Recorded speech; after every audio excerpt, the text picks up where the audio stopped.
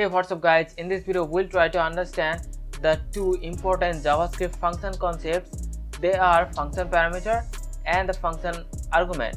So people often have misconception about the parameter and the argument. So in this video we'll try to understand their difference. So to understand their difference, we'll do one example program.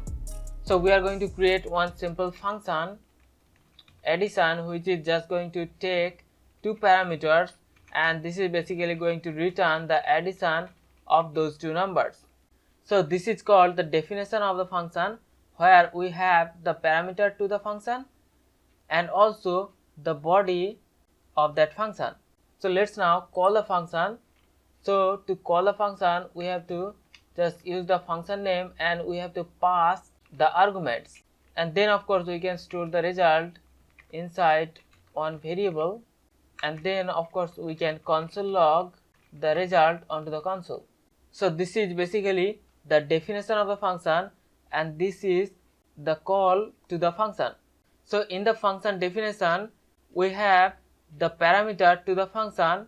These are basically works as a placeholder for the value that will be passed to that parameter, and on the other hand we have the arguments in the function call. Arguments are actually the real data, and the real data will be passed down to the parameters.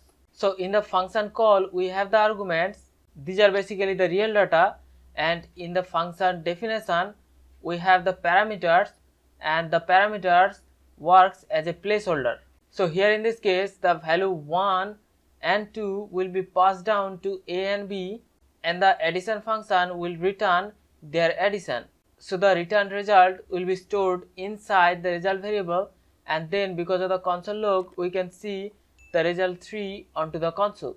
So hope you understand about the concept of function arguments and the function parameters in JavaScript. So thanks for watching this video. We'll see you in the next one. Thank you.